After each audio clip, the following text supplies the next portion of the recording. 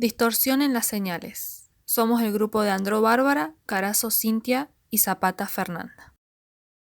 ¿Qué es la distorsión? Esta es la que se genera cuando un sistema altera las componentes de una señal de diferente manera y su resultado es una alteración de la forma final de la señal. Estas se deben a factores naturales del medio de transmisión que se utiliza, como también cualquier componente del sistema de comunicación. Por el contrario, la amplificación, el desfasamiento y el ruido en una señal no son distorsiones, ya que todos los componentes de la señal sufren la misma modificación. En los sistemas de comunicaciones se desean transmisiones sin distorsión, es decir, que la salida del canal sea proporcional a la versión retrasada de la entrada.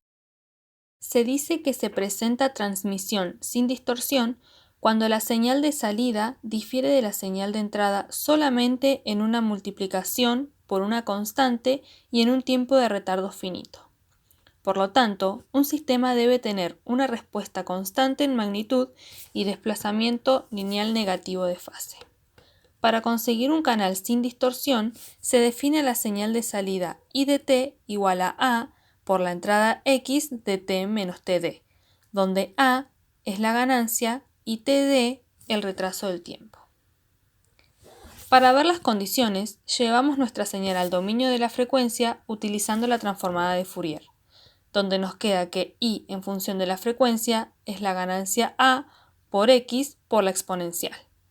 Por lo tanto, para una comunicación que tenga el canal sin distorsión, la función de transferencia del mismo será la ganancia A por la exponencial. Para que no exista distorsión a la salida de un sistema LTI, se deben satisfacer dos requerimientos. El primero es que la respuesta en amplitud sea plana, es decir, que el módulo de la respuesta en frecuencia sea una constante. Y el segundo es que la respuesta de fase sea una función lineal de frecuencia, es decir, que la fase sea igual a menos pi por la frecuencia por el retraso de tiempo. Este segundo requerimiento puede quedar expresado en base al retraso de tiempo Td, el cual nos tiene que dar constante. Al satisfacer el primer requerimiento no existe distorsión en amplitud y al satisfacer el segundo no existe distorsión en fase. Bien, ahora veamos la distorsión en amplitud. Esta es la que ocurre en un sistema cuando la amplitud de la salida no es una función lineal de la amplitud de la entrada. Es decir, que el modelo de la función de transferencia del sistema no es una constante y por el contrario tiene un factor que depende de la frecuencia. Esta forma de distorsión se ve de dos maneras. Se ve en un aumento de la atenuación en los bordes de la banda de paso y también se ve en un rizado dentro de dicha banda. Pueden ocurrir dos tipos de distorsión en amplitud: la distorsión por intermodulación y la distorsión armónica. La distorsión por intermodulación ocurre cuando dos ondas senoidales, llamémoslas X e Y, de distintas frecuencias se modulan mutuamente, generando así nuevas armónicas, que pueden ser como las que están en el gráfico X menos Y y X más Y. Y estas armónicas nuevas generan sonidos que no son agradables. En la distorsión armónica también se generan armónicos, valga la redundancia, y en este caso sucede cuando se excede en la amplificación de la señal. Este tipo de distorsión es la que da el nombre a overdrive. Acá vamos a poder entender bien el concepto de distorsión armónica. Overdrive es un término utilizado en la música, especialmente en las guitarras eléctricas de rock, y se le dice así a la distorsión que se agrega al sonido de ciertos instrumentos como el que les dije recién, con el fin de mejorarlo. Esta distorsión se genera por una sobreamplificación generada por amplificadores, los cuales inicialmente eran de válvulas o tubos de vacío y que luego cambiaron por transistores. Para ver la diferencia entre estos amplificadores, analizaremos cómo se comporta cada uno ante un tono a la frecuencia de 66 Hz, lo cual corresponde a una nota Do. En la figura vemos que al aplicarle una amplificación mediante transistores, la onda senoidal del tono musical se recorta bruscamente, generando casi una onda cuadrada, mientras que las válvulas lo que hacen es solo deformar un poco el pico de esta onda. Esto de que la onda que generan los transistores quede casi cuadrada es contraproducente, ya que produce armónicos impares, los cuales son sonidos que se escuchan desafinados y por lo tanto no son deseados, se escuchan feos. Por el contrario, las válvulas generaban armónicos pares, los cuales tienen una mejor relación armónica que los impares, y por lo tanto su sonido era más afinado y más agradable, que justamente es lo que hoy se busca con el overdrive. Hoy en día lo que se hace es imitar los efectos que generaban antes las válvulas utilizando transistores, es decir, generando que la distorsión de la onda no sea tan cuadrada. La distorsión en fase es la que se provoca en la deformación de la envolvente de onda de la señal producida en los canales de comunicación cuando la curva característica de fase en función de la frecuencia no es lineal. Es decir, no se cumple el segundo requerimiento. Las diferentes componentes de frecuencia se desplazan a velocidades diferentes, por lo que las señales toman tiempos distintos. En el segundo requerimiento se necesita que el retraso temporal sea constante para una transmisión sin distorsión. Si el retraso de tiempo no es constante, entonces habrá una distorsión en fase debido a que esta no será una función lineal de la frecuencia. Consideremos, por ejemplo, el caso en el que un filtro pasabajo transmite un impulso como el siguiente. A la salida aparecerá un impulso muy disperso como el mostrado a continuación. Nótese el efecto de la distorsión sobre el impulso. El impulso aparece deformado y se extiende o dispersa de tal manera que puede inferir con impulsos adyacentes. Esta última imagen ha sido un poco exagerada para que el fenómeno sea más notable. Consideremos un segundo caso. En el caso de los amplificadores, la distorsión por fase se da cuando una componente armónica se desfasa con respecto a la fundamental. Debido a que el amplificador desfasa 180 grados, solo en la banda pasante las señales que estén por fuera de esta banda se desfasan diferente a 180 grados. Si se amplifica una señal compuesta por dos señales de diferente frecuencia y una de ellas está fuera de la banda pasante, la señal armónica, estas serán desfasadas y producirán a la salida algo diferente a la entrada. La señal que tiene su frecuencia dentro de la banda pasante se desfasa 180 grados, pero la otra tiene un desfase diferente. En este ejemplo se verá el efecto de distorsión causado por el filtro pasabanda RC, el cual lo representamos con su función de transferencia.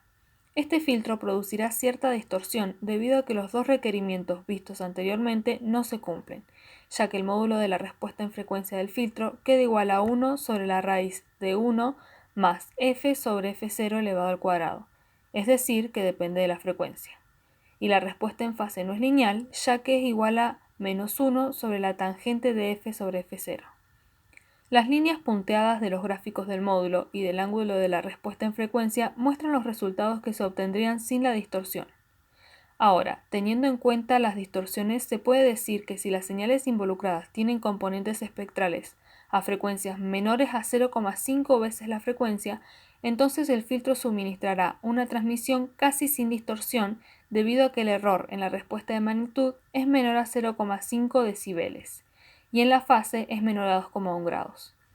Si la frecuencia es menor a f0, el error de magnitud es menor a 3 decibeles y el de fase es menor a 12,3 grados, lo cual es un error tolerable.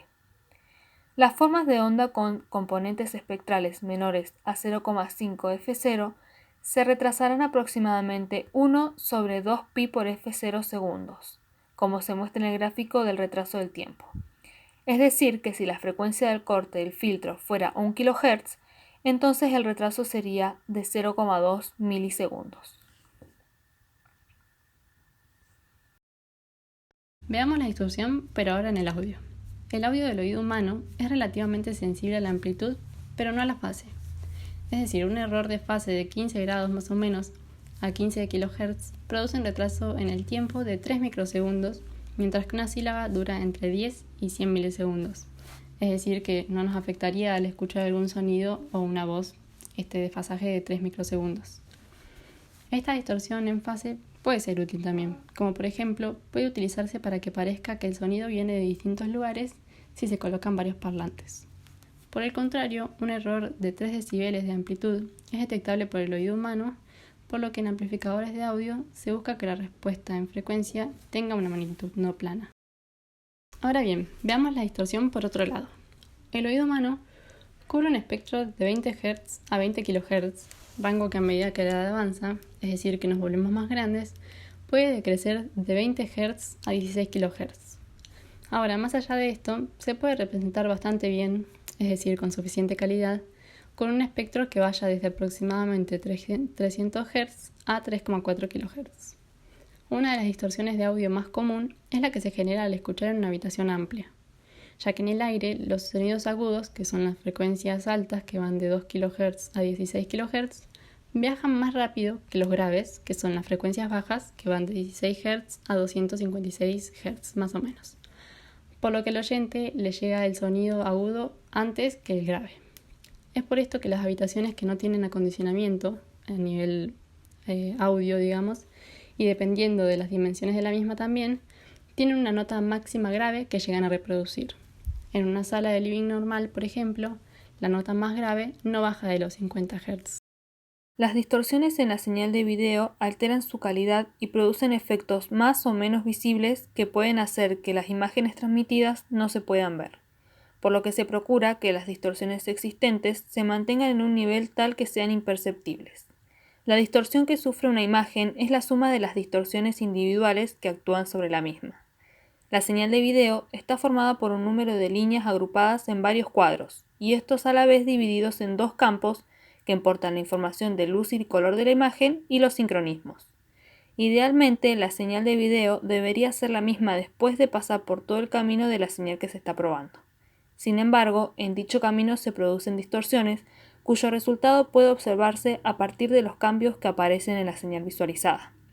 Para solucionar los problemas de distorsión en la televisión, se utilizan señales B y T añadidas en las líneas de la imagen, las cuales se encargan de medir los distintos tipos de distorsión. La distorsión entre símbolos, o mejor conocida como interferencia intersimbólica, es un efecto limitado dentro de un solo canal y determinado por las características del mismo. Estos pueden ser ancho de banda, retardo en fase, ruido, entre otras. Esta interferencia es producida predominantemente por la limitación de banda impuesta por los filtros de línea, cuyo ancho de banda está determinado por la separación entre canales y la interferencia proveniente de canales adyacentes. La distorsión de retardo también contribuye en la generación de interferencia intersimbólica, pero su influencia es poca hasta despreciable. Esta interferencia se produce cuando en el instante de muestreo la señal es afectada por los lóbulos laterales o ecos de símbolos anteriores y posteriores. En los sistemas de transmisión de datos, el ancho de banda se limita deliberadamente al valor necesario para transmitir únicamente la información binaria contenida en la señal y en el receptor. Se trata de detectar la presencia o ausencia de señal. Propongamos el siguiente ejemplo. Supongamos que se tiene una señal a la entrada de un filtro pasabajos. El caso ideal sería un filtro que no introduce ningún tipo de distorsión de fase o amplitud en la señal, por lo que la señal a la salida del filtro deberá ser igual a la señal de la entrada. Pero, en el caso real, el filtro es imperfecto, por lo que la respuesta de salida se aproximará a la parte derecha de la imagen mostrada. Se observa, por tanto, que los pulsos de salida se chorrean con el tiempo, interfiriendo con los pulsos siguientes. Dicho de otra manera, los extremos de los pulsos se solapan, interfiriendo con el lóbulo principal del pulso. Esto es lo que se conoce como interferencia intersimbólica. Los pulsos rectangulares no mantendrán su forma siempre que el ancho de banda para el proceso de transmisión sea finito. Mientras más pequeño sea el ancho de banda, los pulsos se dispersarán, interfiriendo con el siguiente pulso transmitido. Esta interferencia puede atribuirse a 4 causas principales: problemas de sincronismo, distorsión de amplitud o de fase, o limitación del ancho de banda del canal. Se pueden proponer ciertas soluciones para evitar la interferencia intersimbólica. Una de ellas puede ser diseñar sistemas tales que la respuesta al impulso sea lo suficientemente corta como para que muy poca energía de un símbolo se difunda en el siguiente símbolo. Podemos también, si no, proponer separar los símbolos con un periodo de guardia, sino aplicar un ecualizador en el receptor que en términos generales intenta deshacer el efecto del canal aplicando un filtro inverso, o aplicar un detector de secuencia en el receptor que intente estimar la secuencia de símbolos transmitidos utilizando algún algoritmo como el de Viterbi. El algoritmo de Viterbi Es un algoritmo que permite hallar la secuencia más probable de estados ocultos, que produce una secuencia observada de sucesos. Entonces, ahora que tenemos una noción de qué es la distorsión y cómo se comporta en un sistema, podemos concluir que cada vez que se transmite una señal digital por un canal estará sujeto a este fenómeno. Nos queda entonces una pregunta en el tintero. ¿La distorsión es un recurso deseable o indeseable en los sistemas de comunicaciones?